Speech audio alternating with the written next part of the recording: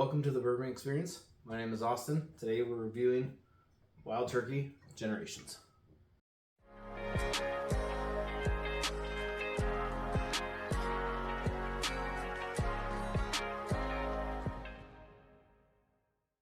Welcome to the second unicorn review on the Bourbon Experience. Today we're going to be reviewing Wild Turkey Generations. Now, Generations is not necessarily unicorn worthy in the sense of availability or hard to find or rarity or dusty aspect. It's a fairly new release. It was fairly easy to come by in certain markets. However, it carried an MSRP of $450, which for me just automatically puts it into that level because a lot of people don't want to pay that price point, and I totally get it. The secondary markup on this was about $550. I think I saw it about $600 when it first came out, and then it's kind of come back down to earth. Campari, who's the parent company of Wild Turkey, basically has been pricing their LEs. They're at secondary pricing, kind of eliminating that market for them. Whether it's good or bad, who's to say? But for example, the Master's Keep, the Voyage, is MSRP about $300 now, when it used to be $150 to $200-ish. And in my local store, there is a Wild Turkey Master's Keep Voyage just sitting on the shelf at $2.99 all day long for a very long time. So not a true unicorn, however the price point is giving it this designation. So this is going to be a fresh crack, so I'm going to pour this while I talk about it. It has the bottle shape and the bottle stopper cap. Nice copper heavy cap, as the other Master's Keeps. Just did not come with the box. Beautiful bottle. It's got a cool feathers for the Wild Turkey on the back. Gives a nice story on the side, and basically Jimmy Russell, Eddie Russell, everybody knows them. They're synonymous with Wild Turkey as father-son master distillers, and now they're the grandson, Eddie Russell's son, Bruce Russell. These three came together to make this collaboration, and basically each generation, so Jimmy, Eddie, and Bruce, compiled their favorite barrels, what they liked between age, proof, probably different rickhouse locations, to come together. Each one of them brought their favorite aspects, and then it became this blend, the Generations blend. Now the big question is going to be, is it worth the $450 price tag? And says here, I'm not going to read the entire side, but it says here, this beer is a blend of hand-selected 9, 12, 14, and 15-year-old bourbon. So they can't call it 15-year because that's not the oldest product in it. Obviously, to have an age statement, it has to be the youngest product in there. So if they were to age state this, they would have to age state at 9. But they want you to know that there's also 12, 14, and 15-year barrels that are in here.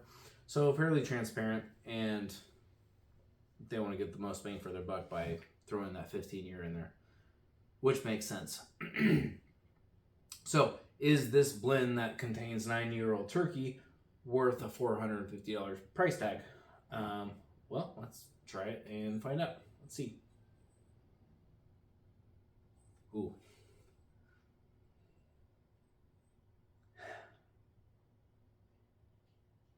So the nose on this is pretty ridiculous, and this is a fresh crack. I think the fresh crack is a real thing. I think as a bottle opens up, there's going to be natural changes. Doesn't mean that it's bad, or doesn't mean it's worse or it's better. It's going to be different than after it's been open for a while. I've had certain MGPs that have been open over time, and I preferred them at fresh cracks. I've had certain like Larceny barrel proof, so we did Heaven Hill, been open and they got better as they've opened up. So it just kind of depends, I think, per bottle. But on the nose, on the fresh crack of this, man, this is just like perfect turkey. It's a little funky. It's a little dusty, like, and I don't mean dusty as in dusty old turkey funk, because that's a very specific funk I'll probably talk about a little bit. I'm not talking about dusty as in this almost perfumey note of bottles that came out in the 90s, 80s, 70s, because that's a very real thing. But dusty is like literal dust, or maybe if you're in your grandma's attic and there is a thickness in the air just from you smelling her old fucking, can't say that, smelling her old camera photograph albums, and so there's a thickness to it, slightly nutty, not Jim Beam, not Heaven Hill nutty, maybe like a walnut, and then maybe there's a faint dark cherry in there, not medicinal cherry that some Wild Turkey has. But yeah, I mean, it smells like you're in a rick house. It has this, there's a little bit of nut, there's this dusty thickness in the air, there's a barrel aspect to it. There is the Wild Turkey, I call it Wild Turkey walnut. I get like a black walnut or a walnut and a lot of Wild Turkey stuff. And this is just quintessential Wild Turkey in its raw form in a rick house. You're taking a tour, you're in the rick house, and that's what this smells like. So good nose, to say the least. Let's see how it tastes.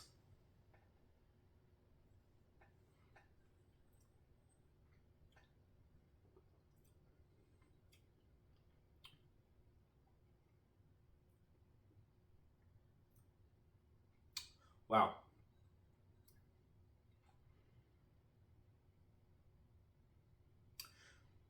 That is incredible. The orange that often I get on Wild Turkey is there. There is a cherry note in there too. It's not medicinal cherry. There is a barrel spice, a cinnamon, but not a youthy cinnamon. Man, it is... Everything on the nose does come through, I would say.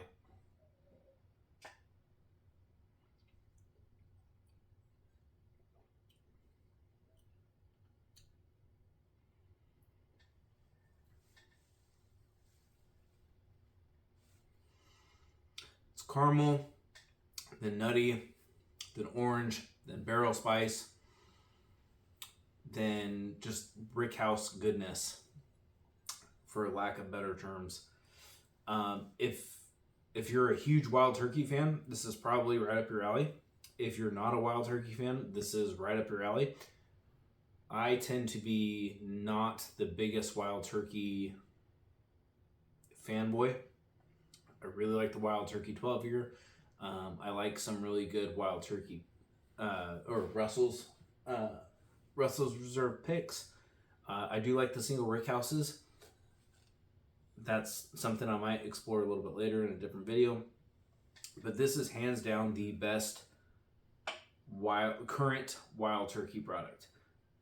People will talk about old Wild Turkey. I have a birth year bottle of Wild Turkey, 1989, and it's fantastic. Drinks differently. I've had a 1988, 1981, 90s Beyond Duplication, cheesy gold foil that people go crazy for, but I personally think the Beyond Duplication and cheesy gold foil are a little bit of a letdown for the hype that's behind them. Some split years, some 12-year, the split year, I believe there was a 12-year in there somewhere. But a variety of old Wild Turkey products, one of which is the 9901 Rare Breed. I'm looking up my shelf there. I believe it's 9901 Rare Breed. That is the closest thing to this.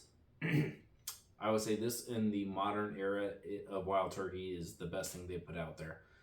Is it worth the $450? if you look at it like you're buying it on secondary and you are a Wild Turkey fan, then I would say yes. If you're not a Wild Turkey fan, you're looking for a fantastic bourbon, then this would also fit that category. This truly is something special. Yeah, as it's sitting in the glass, that walnut's coming out.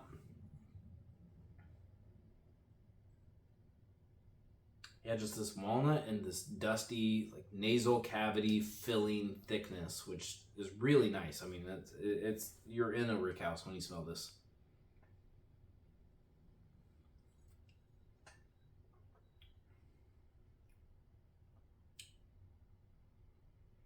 It does kind of mellow out at the end after it's been open a little bit. That caramel, that vanilla comes out more. It becomes a little bit sweeter. There is that obvious still barrel spice too, though. But as it opens up in the glass, it's become more well balanced. All in all, though, I would say this is easily the best current Wild Turkey product that's out there, between Russell's 13, between the single rick houses, both of them. But who knows, maybe I'll have to do a blind with the single rick houses and the Russell's 13. And if you're looking for something comparable, you know, a good Russell's Reserve pick, depending on the rick house, for 70, 80 bucks, yeah, it would be comparable. I don't think any of them are going to be this elevated or elegant. Does that justify the price? That's up to you. If you want to go after it, I would say, having bought one and having tried it in the past, if I didn't have one and I came across another one at $4.50, I would probably bite on it again. Thing is, secondary market's been kind of taken out of play with how marked up this is. So yeah, this is a bottle I'm happy to have, and I would be happy to get again. I will probably not get another one just because I've already had it a fair amount of times before, and this was a fresh crack, so I've got a long ways to go on this. But yeah, that is my review on the Wild Turkey Generations. I don't think you'll be let down. If you have one and you're wondering if you should open it and it's worth it, yes, open your bottle, drink your bottle, enjoy it. Don't try and sell it for a marginal profit. I wouldn't even trade it away for something that you think you might like more. There's literally nothing wrong with this. This is a fantastic bottle, and I would not, if you have it, enjoy it. That's kind of where I'm at with this. So, as always, the bourbon experience is all about good pours, great times with whoever you're with. Whiskey's meant to be enjoyed, so crack those bottles. Cheers.